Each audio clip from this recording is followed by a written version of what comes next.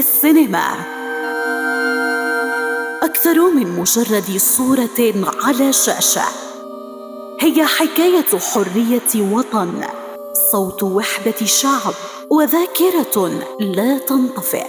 من كل زاوية يولد حلم، بكل لقطة ينبض قلب، ومن كل قصة نكتب التاريخ.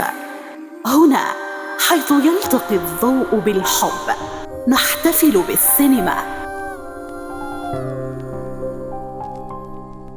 اليوم يا رجال جاء الوقت باش نبداو المقاومة الفعالة. يأمركم باش تكونوا الفرق، باش تطلعوا للجبال، باش تضربوا ضرباتكم القاضية، باش ترفعوا السلاح في وجه العدو وما تسلموه إلا يوم النصر النهائي، يوم الاستقلال.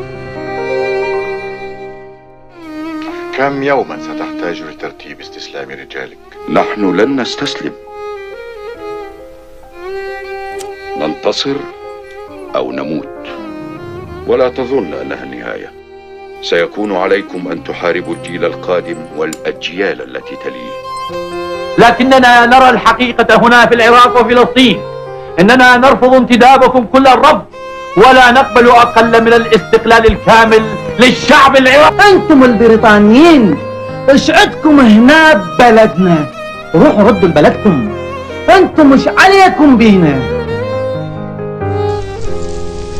بلغ اللي يرسلك باللي ما رانا طالبين لا شيعة ولا مال، احنا في بلادنا أحرار.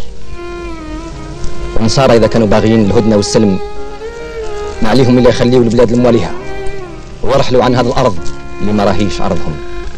احنا رانا هنا باش نكافحوا ونحاربوا. السينما ليست مجرد أفلام، هي صوت الذين لم يسمعوا وصورة للذين لم يروا. هي نحن بكل حبنا، جراحنا وأحلامنا.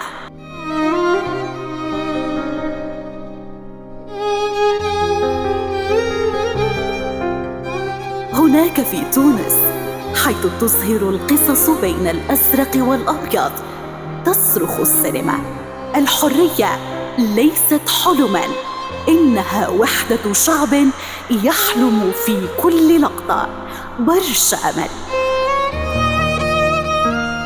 في ليبيا بين ثنايا رمال الصحراء تنبعث أصوات من الصمت. السينما هناك ليست فقط صوراً، بل صدى أرواح تبحث عن النور. هل بضوا وصولاً للعراق، على ضفاف دجلة تكتب السينما حكاية بلد لا يهزم.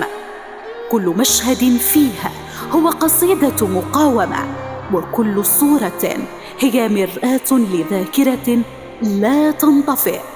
هوايا حب،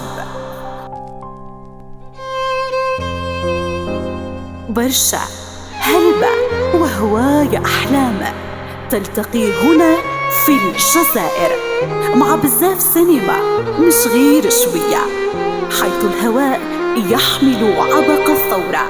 تحكي السينما عن أبطال لا يموتون وأحلام تنبض حتى في صمت الجبال.